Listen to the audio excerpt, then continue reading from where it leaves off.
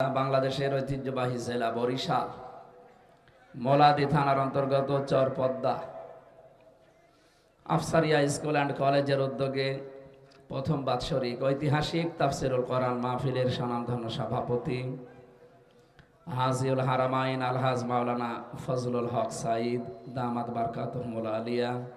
আমার নিজের প্র্যাকটিক্যাল লাইফের আমার বিশ্ববিদ্যালয়ের এক বন্ধু ও দেখলাম কাঁদছিল, একবার ফেল করে আবার ভর্তি হয়েছে, মনে করলাম ওই জন্য কাঁদে। আমার বলছে হামজা ভাই না, আমি বললাম কি এমন কান্নাকাটি করেন, হাও মাফ করছেন, আমি বিয়ে করেছিলাম, বিয়ের পরে আমার মায়ের সাথে আমার বোর মিল নেই, কি করি শেষ পর্যন্ত মা বাবাকে আমি আলাদা করে দিলাম। কিছুদিন পরে মা আর বাবা আমার পাঠিয়ে দিল লন্ডনে।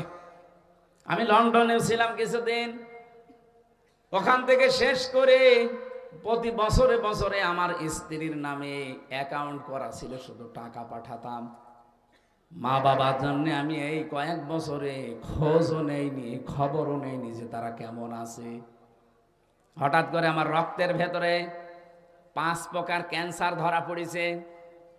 লন্ডনে ডাক্তাররা দেখে বলছে যে 5 প্রকার ক্যান্সার হয় রক্তের ভেতরে, তার ভেতরে একটা এটা হলে মানুষ আর বেশি দিন বাঁচে না, খুব বেশি হলেও 2-3 মাসের পরে তোমার রক্ত নষ্ট হয়ে যাবে, তুমি যা ভালো মন্দ খাবার খেয়ে নাও। চিন্তা করছে মারা যখন যাব দেখি যাদের জন্য সব কিছু করলাম এই মানুষগুলো আমাকে কেমন ভালোবাসে। চিঠি লিখেছে শ্বশুর আর শাশুড়ির কাছে যে আব্বা আম্মা আমি চলে আসতেছি, আমার শরীরে মারাত্মক অসুখ, লন্ডনের ডাক্তাররা বলেছে আমি নাকি 2-3 মাসের বেশি বাঁচবো না, এই জন্য আগামী মাসের প্রথম সপ্তাহ মঙ্গলবারে ঢাকায় আসতেছি, এয়ারপোর্টে আসবেন। স্ত্রীকে একই কথা লিখেছে। আর একটা চিঠি নিয়ে চিন্তা করে আমার মা বাবা, তাদের তো কয়েক বছরে খোঁজও নেইনি, খবরও নেইনি, এখন যদি চিঠি লিখি না জানি কি মনে করে, যা করে করবে। চিঠি লিখেছে মার বাবা, কোনদিন আজ পর্যন্ত তোমাদের খোঁজ নিলাম না, আগামী মাসের প্রথম সপ্তাহে আমি লন্ডন থেকে বাড়ি আসতেছি, সুযোগ পেলে এয়ারপোর্টে আসবা, শরীর খারাপ এ কথা লিখে নাই। সবাই চিঠির জবাব দিচ্ছে একটা একটা করে যে জিনিস আনা লাগবে। শাশুড়ি আর শ্বশুর মিলে জবাব দিয়েছে জামাই বাবাজি চলেই যখন আসতেছ ঠিক আছে, আসার সময় এরকম কয়েকটা শার্টের পিস, প্যান্টের পিস আর তোমার শাশুড়ির জন্য এরকম চাদর নিয়ে আসবা। স্ত্রী লিখেছে আমার স্বামী বান্ধবীদের স্বামীরা আসার সময় এই এই জিনিস নিয়ে আসে, তুমি যখন আসবা এরকম জিনিস কিছু নিয়ে আসবা, আমি লিস্ট করে দিলাম। চিঠি পড়ে আর কান্নাকাটি করে আল্লাহ আমি কাদের জন্য কি করলাম। আমাদের শরীর খারাপ একটা বারের জন্য জিজ্ঞাসা করে না আছে আমার শরীরটা কেমন আছে, শুধু জিনিস চায়। মা বাবা তো চিঠির জবাব দিল না, মনে হয় তারা আমারে মাফ করে নাই। তারা যদি চিঠির জবাব দিত দেখতাম যে তারা এই চিঠির সাথে কেমন আচরণ করে। হঠাৎ কে যেন এসে বলছে চিঠি পেয়েছে, বাইরে গিয়ে দেখে মা আর বাবা 2 জন মিলে লিখেছে। চিঠি খোলার পরে চিন্তা করছে দেখি এর ভেতরে যদি কোনো জিনিস চাওয়া থাকে ওদের মতো তাহলে তো সবই এক হয়ে যাবে। আগে কিরোসিন নিয়ে আসি, পেট্রোল কিরোসিন নিয়ে এসেছি, ম্যাচ নিয়ে এসেছি, যদি এই চিঠির ভেতরে ওদের মতো জিনিস চাওয়া থাকে আমি এক্ষুনি মারা যাব। চিঠি খোলার পরে পড়ছে প্রথম লাইনে প্রাণের সন্তান, দীর্ঘ কয়েক বছর তুমি লন্ডনে আছো, কোনোদিন খোঁজ নাওনি, খবরও নাওনি, অথচ এই কয়েক বছর তোমাকে 1 সেকেন্ড আমরা 2 জন ভুলে থাকতে পারিনি। দ্বিতীয় লাইনে লিখেছে প্রাণের সন্তান চলে যখন আসবে বিমানে ওঠার আগে গরিব দুঃখীকে পয়সা দান করবে। কত প্লেন উড়ে যায়, কত প্লেন অ্যাক্সিডেন্ট হয়, তুমি সহি সালামতে জানো সাধু ফিরে আসতে পারো, এই জন্যে বাড়িতে 2টা খাসি ছাগল ছিল, 2টাই তোমার নামে সাদকা করে দিয়েছি। তৃতীয় লাইনে লিখেছে প্রাণের সন্তান আজকে থেকে যেই কয়দিন তুমি এ দেশের মাটিতে ফিরে না আসো প্রতিদিন 2 রাকাত নামাজ আর 1টা করে রোজা মান্নত করলাম। সেটি পড়ে আর কান্নাকাটি বাড়িয়ে দেয়, আল্লাহ আমি কি করেছি, যাদের জমি জীবন নষ্ট করে ফেলেছি তারা আমার কাছে শুধু জিনিস চায়, আর এদের আমি খোঁজই নেইনি। এ মানুষগুলো আমার জানের হেফাজতের জন্য খাসি সাদগা করে, গরিব দুঃখীকে পয়সা দিতে বলে, এরা আমার জন্য নফল রোজা আর নামাজ মান্নত করে। আইলে আমার বিবেক হালকা খুলে গেছে। কিছু যদি কারো জন্য নাও নেই, আমার মা বাবার জন্য আমি জিনিস নিতে ভুল করব না। লন্ডন থেকে মার্কেট যতটুকু পারে করেছি। জিয়া বিমান বন্দরে নামার পর শ্বশুর আর শাশুড়ি যে হাজির, কই যাও জামাই বাবাজি জিনিস কই, ধমক দিয়ে বলছে আপনি জিনিসের কথা বলেন, একটা বারও জিজ্ঞাসা করেন আমার শরীর কেমন আছে। শরীর ভালো না, মার্কেটে যেতে পারি নাই, জিনিস আনি নাই, টাকা আছে, ঢাকায় পাওয়া যায় কিনে দেব। যেই বলেছে ঢাকায় পাওয়া যায় কিনে দেব, বলে তোমার মতো স্বামী জামাইয়ের আমাদের দরকার নেই, এয়ারপোর্টেই তোমারে আমরা ছেড়ে চলে গেলাম, থাকো।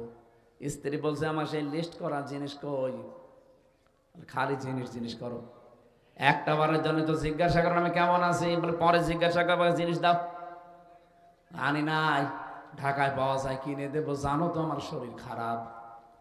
বলে আনো নাই, তোমার মতো স্বামীর আমার দরকার কি, তোমার এয়ারপোর্টে আমি ডিভোর্স দিয়ে চলে গেলাম, কারণ যাবে ও তো বাঁচবে না। গেট থেকে বের হয়ে হাও মাও করে কাঁদছে, কই আমার মা বাবা আসে নাই, মনে হয় তারা এখনো আমারে মাফ করতে পারে নাই, দেখি তো না তাদেরকে। হঠাৎ পাশ থেকে কে যেন ডাক দিয়েছে, আইরে বাবা আমাদের বুকে আয়, দীর্ঘ কয়েক বছর তোকে দেখি নাই, এক নজর দেখার পরে মনে হচ্ছে আকাশের চাঁদ আমরা হাতে পেয়েছি। ছেলেটা মাকে পরীক্ষা করার জন্যে সালাম করতে গেছে, ডাক দিয়ে বলে মা আমি কিচ্ছু আনতে পারি নাই তোমাদের জন্যে।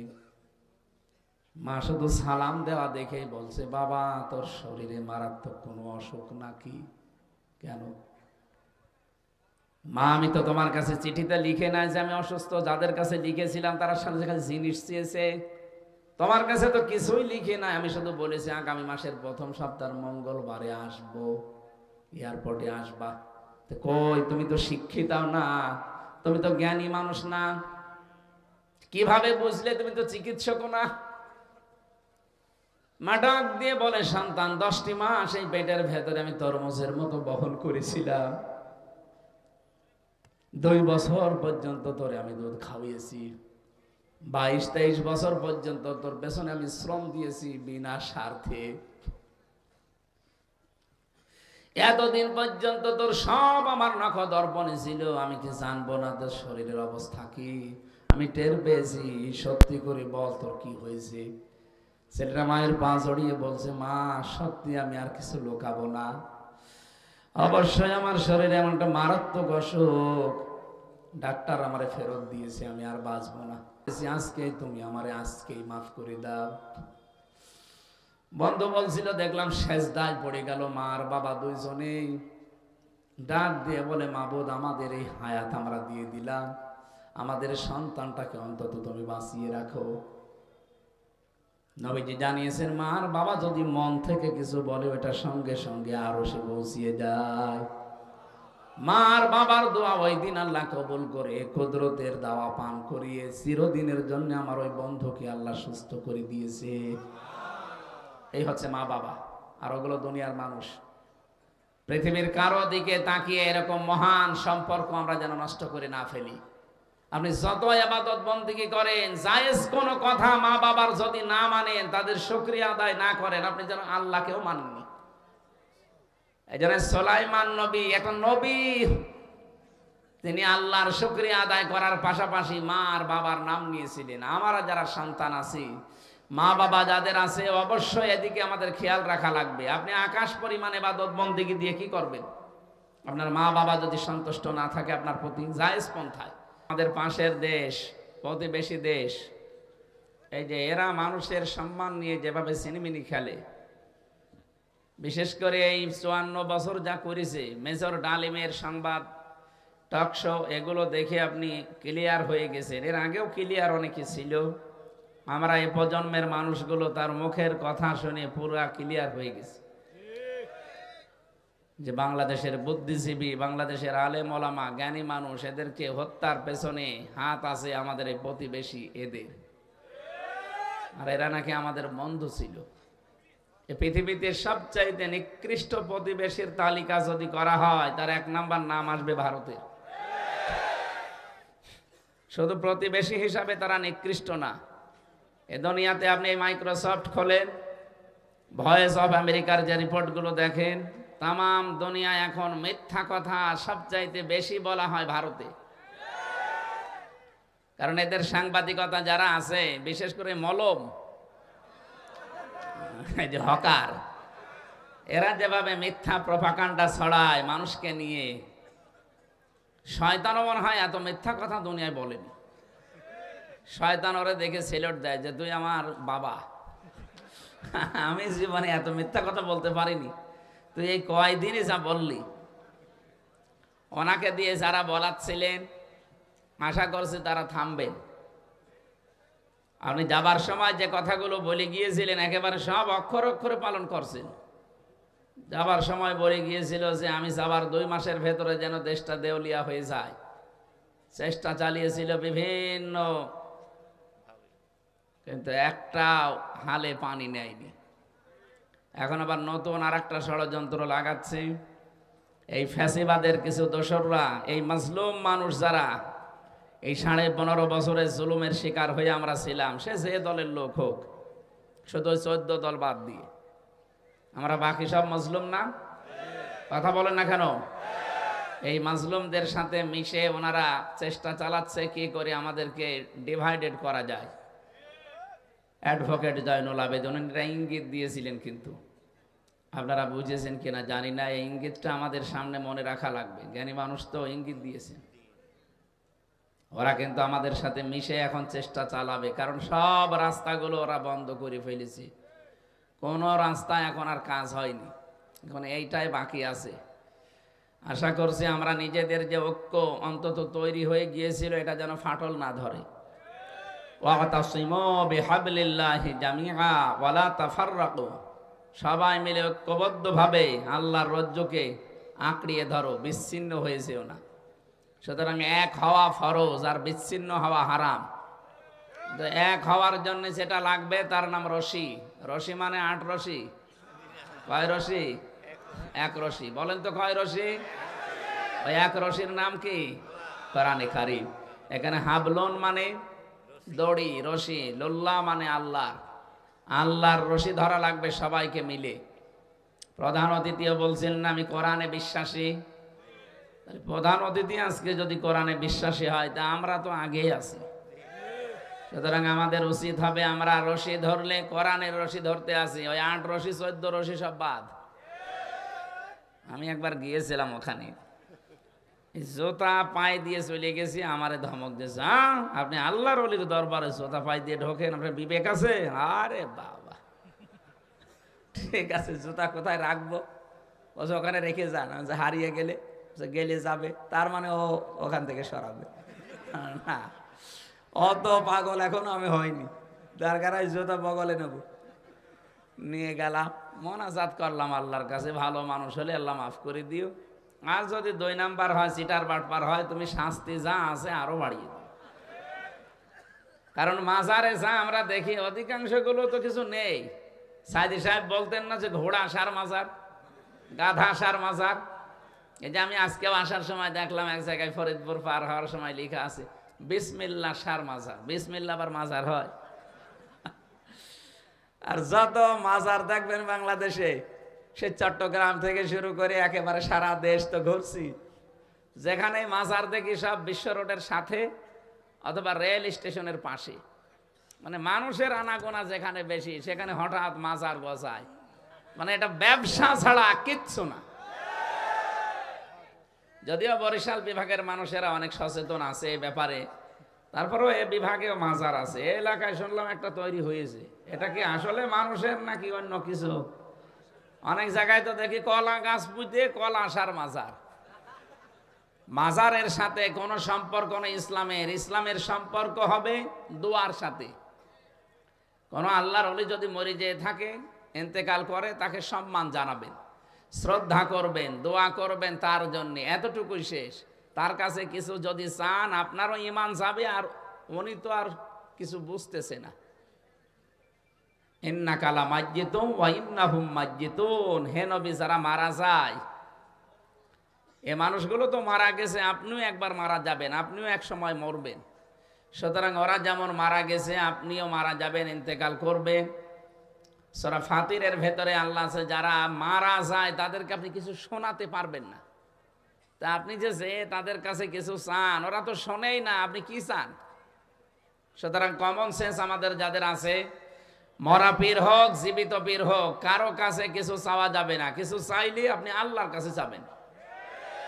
আমার কথা বোঝা গেছে? মাজার কেন্দ্রিক ইসলাম নয়। লা তাত্তাখিদুল কুবুর মাসাজিদা, কবরকে সেজদার জায়গা বানিও না, এ কথা রাসূলুল্লাহ কার? সুতরাং আমরা আল্লাহ এবং রাসূলকে মেনে চলতে চাই। আল্লাহ আমাদের তৌফিক দেন, বলেন আমিন। মানুষের সম্মান নিয়ে সিনেমিনা খেলা হচ্ছে এখনো পর্যন্ত, যেহেতু ওদের কোনো তালগোল এখনো পর্যন্ত শেষ হয়নি, ষড়যন্ত্র চলছে। আমাদের সতর্ক থাকার জন্য একটাই পদ্ধতি এখন খোলা আছে, ঐক্যবদ্ধ হওয়া লাগবে। আর সেইটার ভিত্তি হতে হবে কোরআন।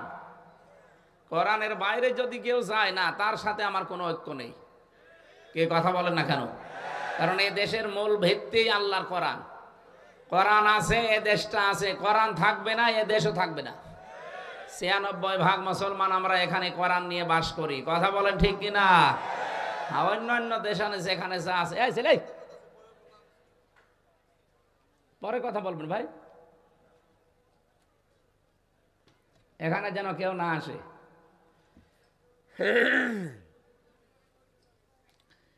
সুতরাং আল্লাহ যেহেতু আমাদেরকে মানুষ বানিয়েছেন, আমরা সতর্ক থাকবো। সামনে আমরা মানুষের বিশাল মর্যাদা সম্মান এটা যেন নষ্ট না করি, সিনেমিনি যেন না খেলি। আল্লাহর আরশ পর্যন্ত কেঁপে যায়। নবীজি একবার দাঁড়িয়ে গেলেন মসজিদে নববীতে, সামনে দিয়ে একটা লাশ যাচ্ছিল। সাহাবেরা বলে, হুজুর আপনি দাঁড়ালেন কেন? এটা তো ইহুদির লাশ। নবীজি বলেন, ইহুদি তাতে কি হয়েছে, ওটা তো মানুষ, আল্লাহর বান্দা না? আল্লাহকে বানিয়েছেন রব্বুল আলামিন, যাকে নিজে কুদরতে হাত দিয়ে চেহারাটা বানিয়েছেন, তিনি মানুষ। অন্য কোন সৃষ্টিকে আল্লাহ নিজের হাতে বানিয়েছেন আমি পাইনি। শুধুমাত্র মানুষের এই চেহারাকে আল্লাহ নিজের হাত দিয়ে বানিয়েছেন।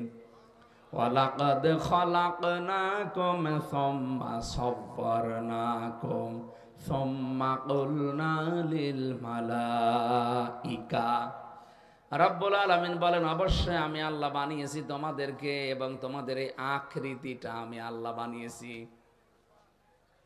আমাদের বডি আল্লাহ বানাননি, এটা ফেরেশতারা বানিয়েছে। এমনকি মায়ের পেটের ভেতরেও ফেরেশতারা আমাদের এই বডিগুলো একটার পরে একটা তৈরি করতে থাকে। শুধু এই চেহারাটা আল্লাহ নিজের কুদরতে হাতে বানিয়েছে। লাকাদ খালাকনাল ইনসানা ফি আহসানি তাকওয়িম। এই জন্য পৃথিবীতে সবচাইতে সুন্দর দেখবেন মানুষের চেহারা। এত সুন্দর কোন সৃষ্টি আল্লাহ বানাননি, কিয়ামত পর্যন্ত আর বানাবেও না। এই জন্য আল্লাহ আমাদের শুধু বানিয়ে শেষ করেননি, আমাদের যেহেতু সম্মান দিয়েছেন, আমরা এখন সম্মানিত। যার কারণে বিশ্বাস করেন তার নাম কিন্তু কোরআন শরীফ। আজকে যদি এই টেবিলের ওপর একটা কোরআন শরীফ থাকতো, আর আমি যদি কোরআনের টেবিলের পাশে এসে এই টেবিলে পা রাখতাম, যত মানুষ এখানে আছে আমারে বেয়াদব বলতো। কোরআন শরীফ এখন নেই, আমি যদি এর উপরে না এর উপরেও পা রাখি, আমার কেউ বেয়াদব অন্তত বলবে না। কি? শুধুমাত্র কোরআনে কারিমে টেবিলের উপরে থাকার কারণে এর মর্যাদা চলে আল্লাহ বাড়িয়ে দেয়। আমাদের এই দেশে সত্যি যদি ৫৬,০০০ বর্গ মাইলে কোরআনে কারিম কায়েম হয়ে যায়, দেশটার মর্যাদাও বেড়ে যাবে। আমি কি বোঝাতে চাই, বুঝেছেন? আলহামদুলিল্লাহ। মানিত্তাবাল হুদা বেগাইরিল কোরআন আদাল্লাহুল্লাহ, তিরমিজি শরীফের হাদিস। এখানে যারা আলেম আছেন তাদেরকে বলছি, নবীজি বলেন, কোরআন বাদ দিয়ে পৃথিবীর কোনো জায়গায় যদি কেউ ভালো হওয়ার নিয়তেও যায়, আল্লাহ নিজে তাকে দায়িত্ব নিয়ে খারাপ বানিয়ে দেয়। শব্দটা দল্লা ইয়াদিল্ল দেয়নি যে আপনি নিজেই নিজেকে খারাপ করে ফেলেছেন, না। আদল্লা ইউদিল্ল ভাবে ইফাল, বাংলা অর্থ দাঁড়িয়েছে আপনি হয়তো ভালো হওয়ার নিয়তে কোনো জায়গায় গিয়েছিলেন, কিন্তু কোরআন সেখানে ছিল না, কোরআনের কর্মসূচিও ছিল না। এই জন্য আল্লাহ নিজে দায়িত্ব নিয়ে আপনাকে আরো গোমরা বানিয়ে দেবে। বরিশালের মানুষেরা, আমি জানি সারা বাংলাদেশে কয়েকটা জেলা ধর্মভীরু মানুষ বাস করে, তার ভেতরে নোয়াখালী, বরিশাল, এই দুই জেলার নাম আছে। পর্দা পশিদা এবং আলেম ওলামা এই জায়গাগুলোতে বেশি। আমি আমার ইমান থেকে বলছি, এই হাদিসের দিকে তাকিয়ে বলেন তো, হেদায়েত দেওয়ার একচ্ছত্র মালিকানা কার? নাকি আমাকে আল্লাহ হালকা পাতলা দিয়েছে? নবীজি নিজের আপন চাচাকে তাই হেদায়েত দিতে পারেননি, তার মানে হেদায়েত আল্লাহ নবীর হাতেও দেয়নি। বিশ্ব নবীর যে আপন চাচা আবু তালেব যেদিন মারা যাচ্ছিল, নবীজি মাথার কাছে গিয়ে বললেন, ইয়া আম্মি আবি তালিব, লা ইলাহা ইল্লাল্লাহ হাজ্জুল লাকা ইনদাল্লাহি ইয়াউমাল কিয়ামাহ, রাহুল বুখারী। হে চাচা, জোরে বলা লাগবে না, শুধু আমার কানের কাছে মুখ নিয়ে আস্তে করে বলেন যে লা ইলাহা ইল্লাল্লাহ, মুহাম্মাদুর রাসূলুল্লাহ বলার দরকার নেই, কারণ আমি যে নিজে মোহাম্মদ এটা তো আমি জানি। আমার পরিচয় আপনার দেওয়া লাগবে না, শুধু আল্লাহর একাত্মবাদের স্বীকৃতিটা দিয়ে দেন। কাউকে শোনানো দরকার নেই, শুধু আমার কানের কাছে মুখ নিয়ে একটু বলেন। এতটুকু সাক্ষী যদি আমি পাই, কিয়ামতের দিন গলায় গামছা দিয়ে আপনাকে আমি জান্নাতে প্রবেশ করাবো। আল্লাহর সাথে দরকার আমি ঝগড়া করব। পাশে দাঁড়িয়েছিল আবু সেহেল আর আবু সুফিয়ান, ডাক দিয়ে বলে, নেতা পড়বা, সারা জীবন বাপ দাদার ধর্ম মানলে এখন নতুন ধর্ম গ্রহণ করে কলঙ্কিত হবা, মানুষ তোমাকে কাপুরুষ বলবে, ভীরু বলবে। লোকটা তখন ডাক দিয়েছে, ভাতিজা আমারে মাফ করে দিও, আমি পড়তে পারলাম না, আমি যদি এখনই মারা যাই, মরণের পরেই সারা দুনিয়ায় কথা উঠবে যে বাপ দাদা ধর্ম ত্যাগ করে শেষ বয়সেও ধর্ম ত্যাগ করে কলঙ্কিত হয়েছে, তো তুমি আমারে মাফ করে দিও। বরিশালবাসী বলেন তো, মাফ করার মালিক কে? নবীজির মন খারাপ হয়ে গেল। সঙ্গে সঙ্গে ফেরেশতা জিবরাইল সূরা কাসাসে 56 নাম্বার আয়াত নিয়ে হাজির হলেন। ইন্নাকা লা তাহদি মান আহবাবতা ওয়ালাকিন্নাল্লাহা ইয়াহদি মান ইয়াশা। হে নবী, আপনি কি কোন কারণে মন খারাপ করেন? হেদায়েত তো আপনাকে আমি দেইনি যে যাকে ভালোবাসবেন তাকে দিয়ে দেবেন। এই লোকটা আপনার চাচা, আমি জানি। সারা জীবন আপনাকে কোলে নিয়ে, মাথায় নিয়ে, পিঠে নিয়ে, কাকে নিয়ে মানুষ করেছে আমি দেখেছি, কিন্তু এই লোকটা তো মুশরিক। লোকটা কি? আপনি এত চেষ্টা করলেন তাকে ফিরিয়ে আনার জন্য, সে কিন্তু পড়ে নাই। দোহাই দিয়েছে বিভিন্ন মানুষের, বাপ দাদাদের কাপুরুষতার। এই জন্য আমি আল্লাহকে মাফও করি নাই। হুয়া আ'লামু বিল মুহতাদিন, আ'লামু ইসমে তাফসীল। আমি আল্লাহ ভালো জানি যে হেদায়েত কারে দেওয়া যায়। আপনি তো উপরে দেখেই মনে করেন না আমার চাচা, কিন্তু ওর ভেতরের অবস্থা তো আমি জানি। এই জন্য আমির হামজা না, কাবা শরীফের ইমাম এখানে যদি সাইদ সাহেব নিয়ে এসে ওয়াজ করায়, তারপরও আপনার মনের পরিবর্তন হবে না যদি আপনি নিজেকে পাল্টানোর চিন্তা ভাবনা না করেন। নবীর নিজের আপন চাচাকে নবী জিতে পারেন নাই, এরপরেও বিশ্ব নবী তার চাচার কবরের পাশে দাঁড়িয়ে একবার দোয়াও করেছিলেন, হে আল্লাহ তুমি যাই করো আমার চাচাকে মাফ করে দাও। সঙ্গে সঙ্গে জিবরাইল এসে বলে, এটা তাফসীরে ইবনে কাসিরে আছে, হে নবী হাত নামান। কার জন্য হাত তুলেছেন?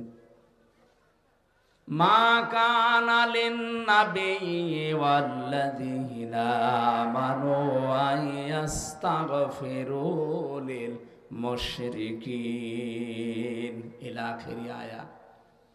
আল্লাহ পাক বলেন, হে নবী, জিবরাইলকে পাঠিয়েছি, কি বলে শোনেন। তিনি এসে বলছেন, নবী আপনি হাত নামান। কার জন্য হাত তুলেছেন? এই লোকটা আপনার চাচা, আল্লাহ ভালো করে জানে।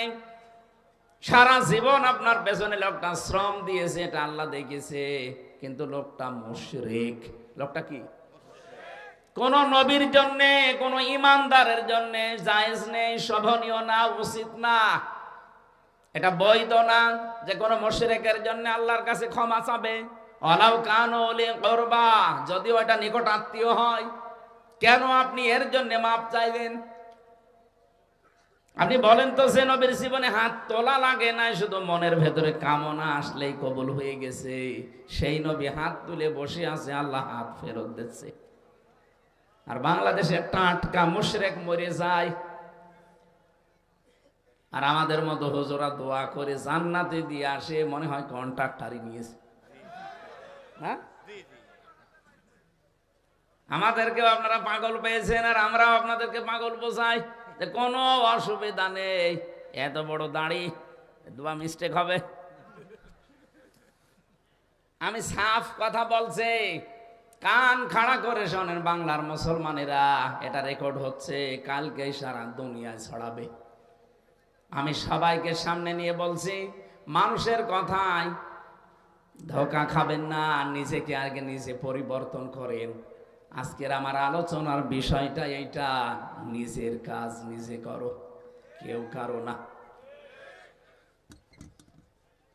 একটা বারের জন্য চিন্তা করেছেন আল্লাহ আমার হাতে না, রবিসির হাতে হেদায়েত দেয়নি?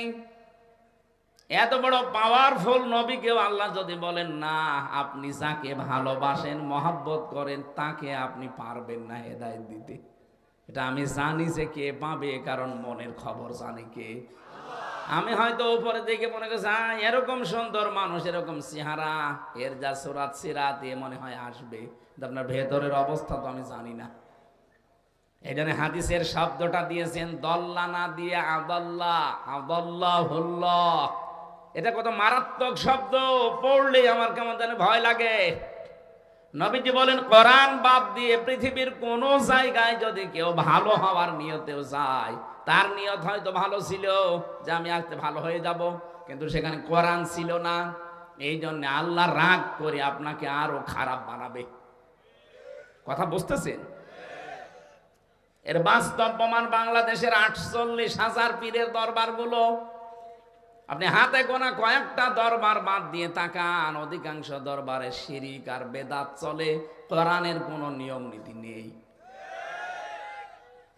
আপনি একটা দরবার দেখান তো বাংলাদেশে যেখানে কোরআনের কর্মসূচি চলে, দেখান, আমি যাব সেখানে, নেই। তারা সবক বানিয়েছে, 9টা সবক দেখি চলে। আমি তো অনেকগুলো দরবারে ঘুরেছি, তারা সবক দেয় যে প্রথম সবক, দ্বিতীয় সবক, তৃতীয় সবক। আমার আল্লাহ কোরআনে 9টা সবক দিয়েছেন। আমি 48,000 পীরের দরবারে হয়তো চাইনি, কিন্তু নাম করা অন্তত 11-12টা পীরের দরবারে আমি ঘুরেছি, যেখানেই গেছি তারা সারি সবক দেয়। কি দেয়? সবক না? কোরআনে কারিম পড়ি আমি পড়াটা, আমি যেহেতু কোরআনে কারিমের উপরে আমার অনার্স মাস্টার্স করা, এর উপরে আমার কামেল করা, পড়াটা আমি শেষ করেছি অন্তত যতটুকু পারি। আমি দেখেছি পড়া কোরআনে আমার আল্লাহ 9টা সবক বানিয়েছেন।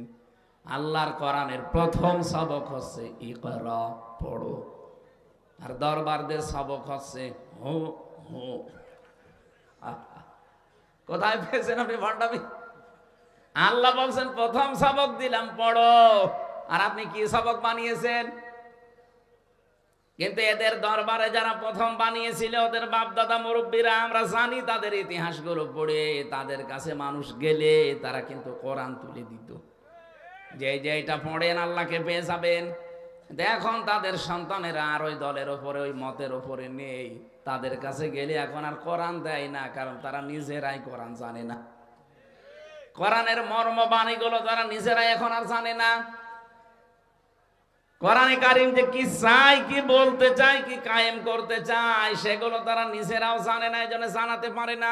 গেলে ওই জিকির দিয়ে দেয়, তাও তো জাত মতো জিকির দিলে তো হয়, দেয় হো হো।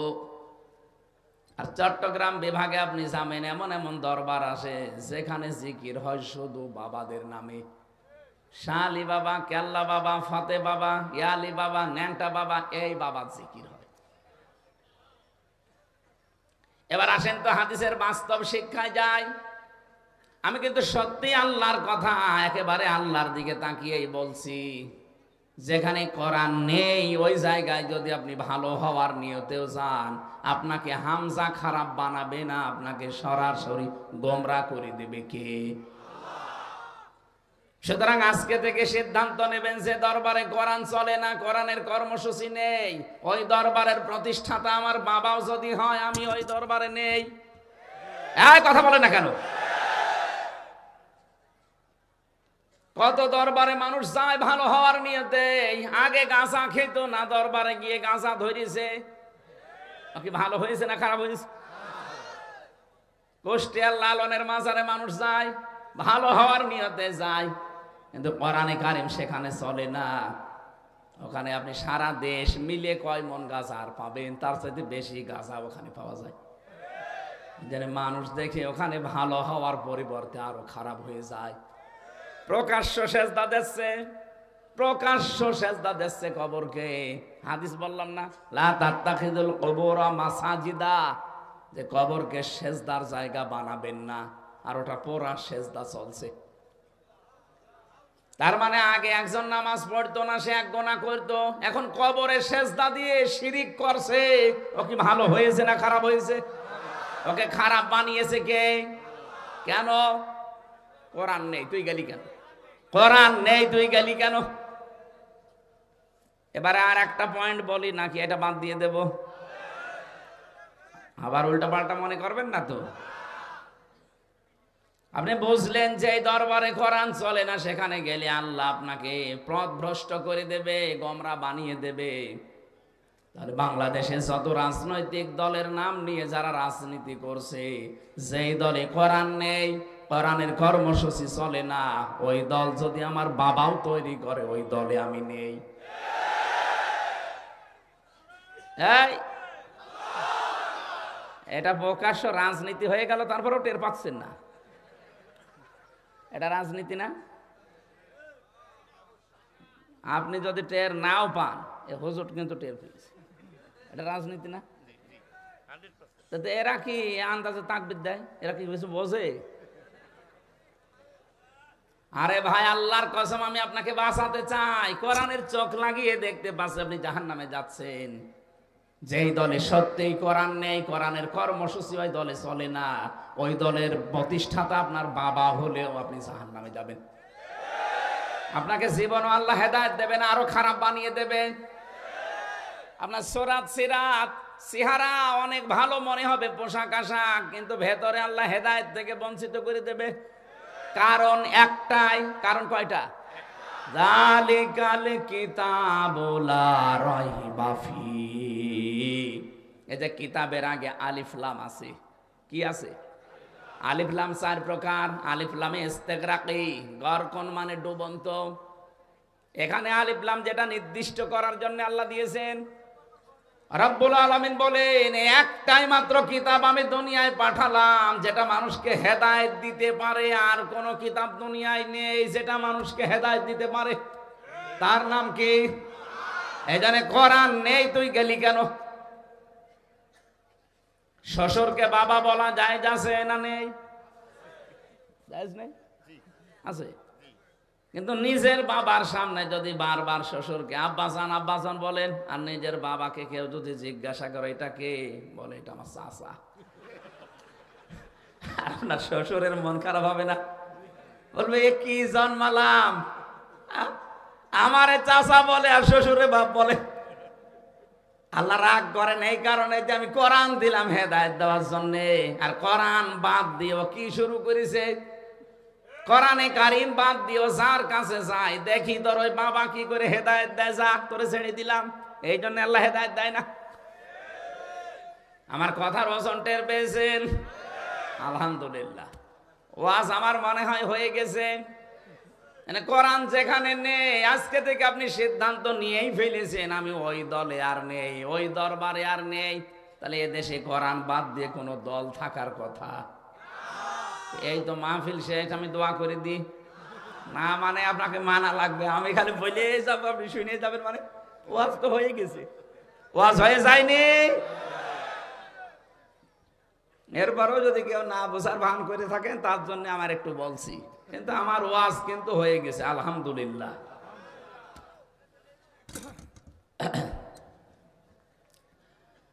দরুদ আর সালাম পড়ছি আমাদের নবী, মানবতার মহান শিক্ষক মুহাম্মাদুর রাসূলুল্লাহ সাল্লাল্লাহু আলাইহি ওয়াসাল্লামের প্রতি।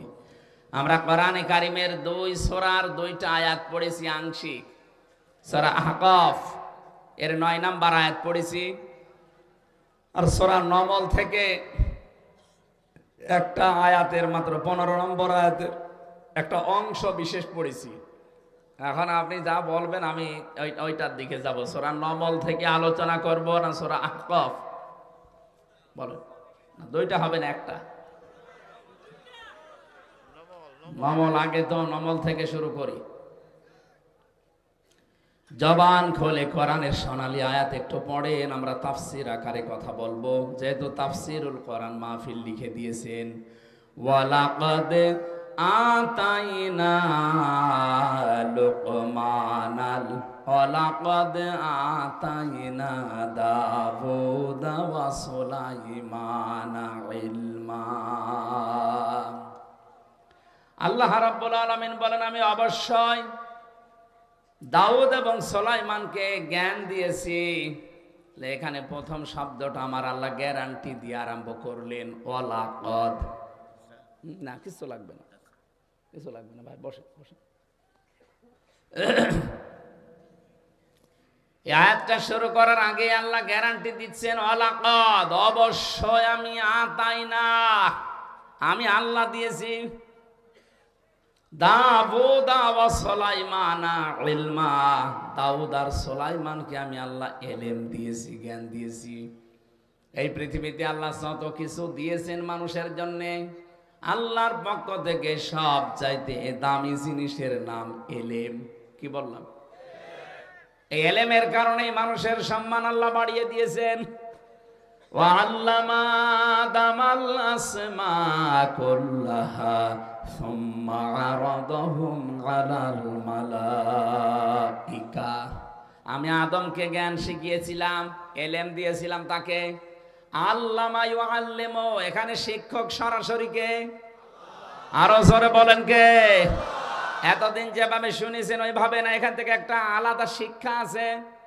আমি আলেমদেরকে বলছি, যেহেতু এখানে লিখেই রেখেছেন আলেম ওলামাদের সম্মানিত আসন এটা, শিক্ষিত মানুষরা এখান থেকে 2টা তথ্য পাবেন। এখানে সরাসরি শিক্ষক আল্লাহ নিজে, আর ছাত্র হচ্ছে হযরতে আদম আলাইহিস সালাম। ছাত্র আমাদের মতো সাধারণ মানুষ না, একদিকে তিনি নবী আর একদিকে তিনি প্রথম মানুষ। কথা বলেন না কেন? সরাসরি আল্লাহ পাক নিজের শিক্ষক, ছাত্র আদম আলাইহিস সালাম, জায়গা ক্লাসরুম জান্নাত। কত দামি ক্লাস! অথচ এখনকার আধুনিক তাফসির বাদ দিয়ে পুরাতন তাফসির গুলো নিয়ে আসেন, প্রত্যেকটাই আপনি লেখা পাবেন আসমা, এসএম এর বহুবচন আসমা। ওই দিকে খেয়াল করে আমরা অনেকেই মনে করি এটা মনে হয় বিভিন্ন জিনিসের নাম হবে, আলু পটল ঝিঙ্গা ঝাল এগুলো হবে। আরে ভাই, আপনার কোনোদিন একটু চিন্তা আসে নাই মাথায় যে সরাসরি আল্লাহ নিজে ক্লাস নিচ্ছেন? ছাত্র তো সাধারণ মানুষ না, একজন নবী। আর জায়গাটা তো সাধারণ ক্লাসরুম না, জান্নাতের ভেতরে। এত বড় দামি ক্লাসে আলু পটল ঝিঙ্গায় ঝাল এগুলোর নাম শেখানো লাগে? অথচ তাফসির নিয়ে আসেন বাংলায় এইটাই লেখা আছে। চিন্তা ভাবনার বিষয় এখানে এই কারণে আল্লাহ পাক নিজে ক্লাস নিয়ে কোনোদিন আলু পটল ঝিঙ্গা বেগুন ঝাল এগুলোর নাম তিনি শেখানোর কথা না।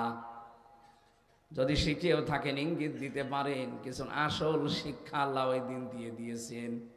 এখানে এসএম এর বহুবচন আসমা যদিও দেওয়া আছে, আধুনিক তাফসিরে যারা গবেষক মুফাসসিরিনে কেরাম লিখেছেন 2টা বিষয় আল্লাহ ওই দিন তাকে দিয়ে দিয়েছেন। যত জ্ঞানের ন্যায় এবং অন্যায় আছে সব আল্লাহ ওই এক ক্লাসে তাকে শিখিয়েছিলেন। আমরা যেহেতু আদমের সন্তান, আমরা কিন্তু অনেকেই যদি লেখাপড়া নাও জানি, ওই যে আদম নবী শিক্ষা পেয়েছিলেন সকল ন্যায় এবং সকল অন্যায়ের যত নিয়ম আছে ওই এক ক্লাসে আল্লাহ তাকে শিক্ষা দিয়েছেন। যত সূত্র ছিল ন্যায় এবং অন্যায়ের সূত্রগুলো আল্লাহ একদিনেই তাকে শিখিয়েছেন। কিন্তু ফেরেশতারা তো আর অত সূত্র জানে না। হযরতে আদমকে যখন নিয়ে এসে জিজ্ঞাসা করলেন ফেরেশতারা, এই জিনিসের সূত্রগুলো জানো, এই জিনিসের নামগুলো জানো? ফেরেশতারা যতটুকু জানে বলেছে না। ক্বালু সুবহানাকা লা ইলমা লানা ইল্লা মা আল্লামতানা ইন্নাকা আনতাল আলিমুল হাকীম।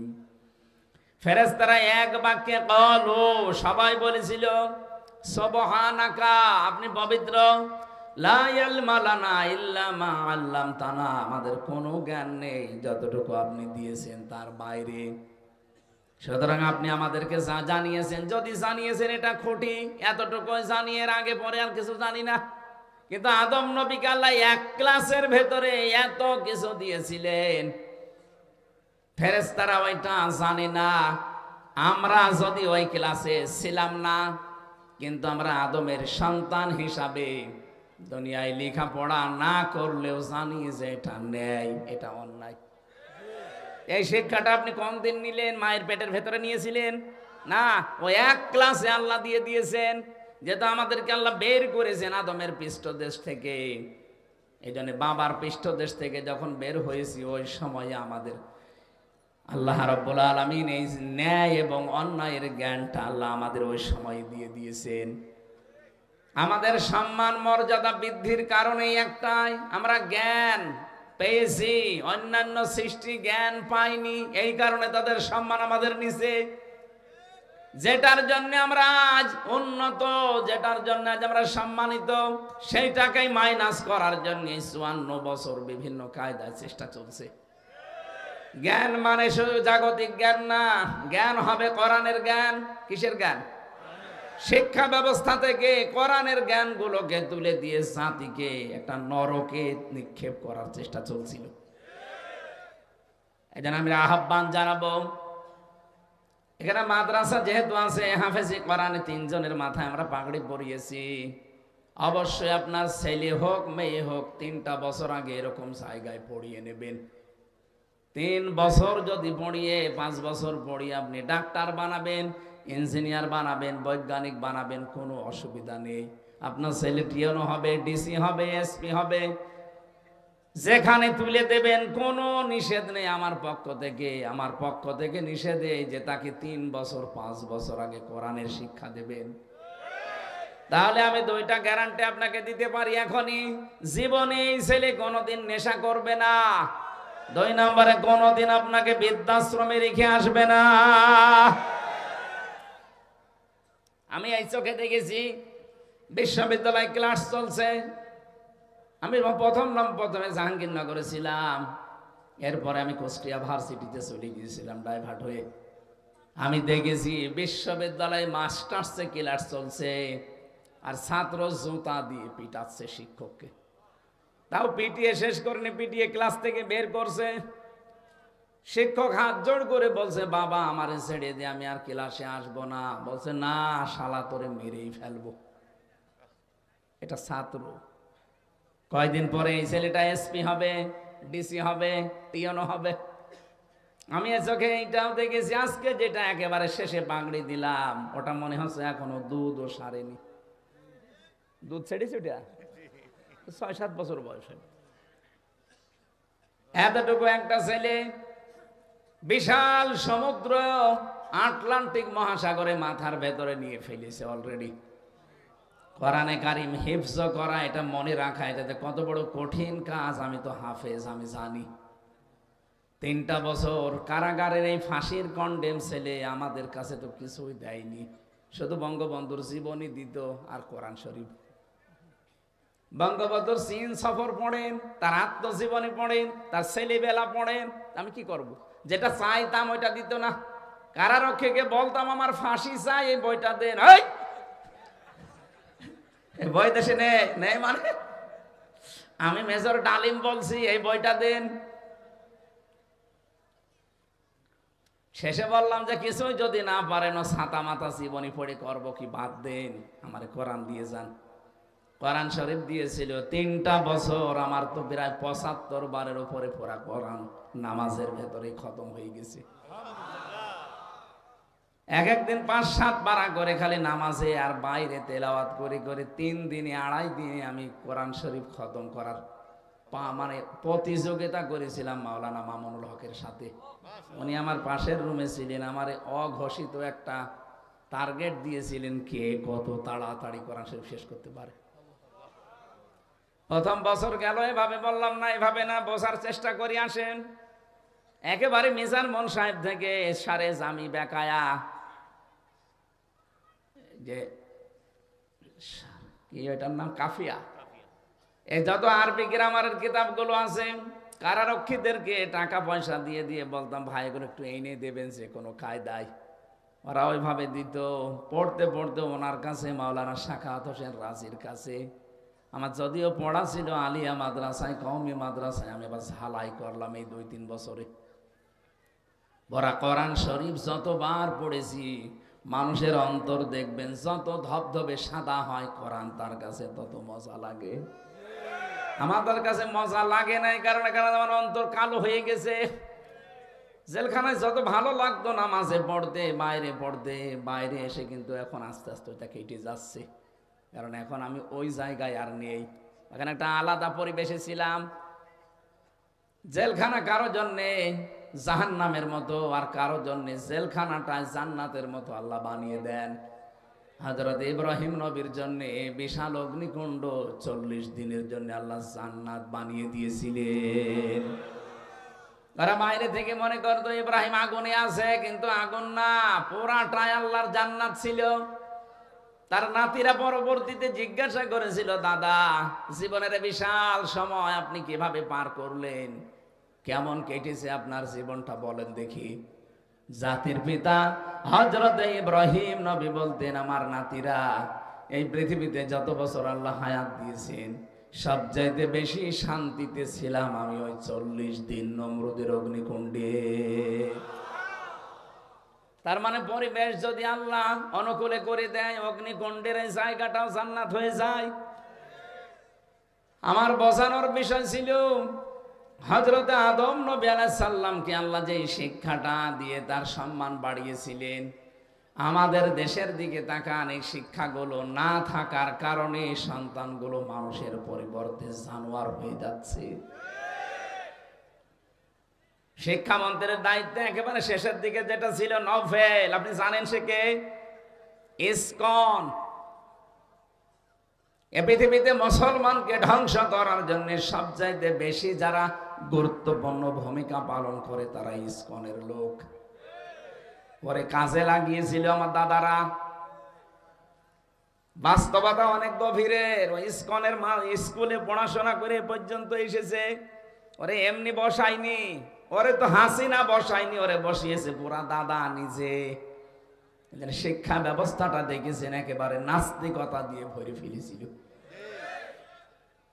বললাম না মাত্র 6 বছর 7 বছর বয়স হবে, এতটুকু একটা বাচ্চা দেখি শিক্ষক ওযু করছে, ছাত্র পায়ে পানি ঢেলে দিচ্ছে, কাদা সরে না, নিজের হাত দিয়ে কাদাগুলো মুছে দিচ্ছে।